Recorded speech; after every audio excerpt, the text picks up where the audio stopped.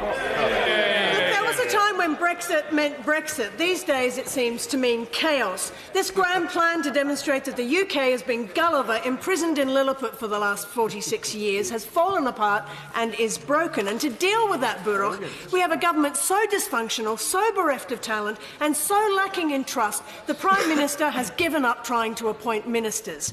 Its only saving grace is it's opposed by an official loyal opposition that seems incapable of doing anything that might actually help and seems completely at odds with itself.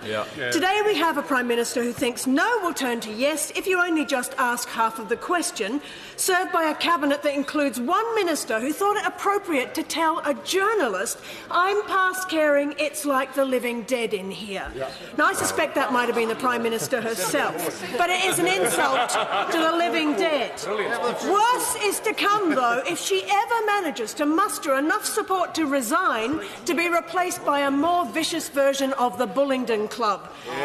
Something worse than the current government is lying in wait and could be about to be ushered into office by some useful idiots in the Labour Party who have stood in this chamber and preached about principle, about how damaging this deal is. Now they pretend to have found some substantive change which makes it the best possible deal of all possible worlds.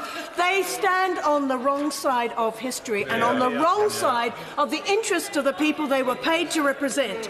Now, I represent a constituency opposed to Brexit, and I am proud to say that I agree with my constituency. We want to keep our links with the EU because we understand the benefits of that, and especially the benefits of freedom of movement. 10% of the population of Edinburgh North and Leith are non-UK citizens of the EU, more than twice the UK average. We also have higher numbers than average from elsewhere in Europe and from elsewhere in the world. We also have a higher number of immigrants from England than the Scottish average. Every one of them is welcome.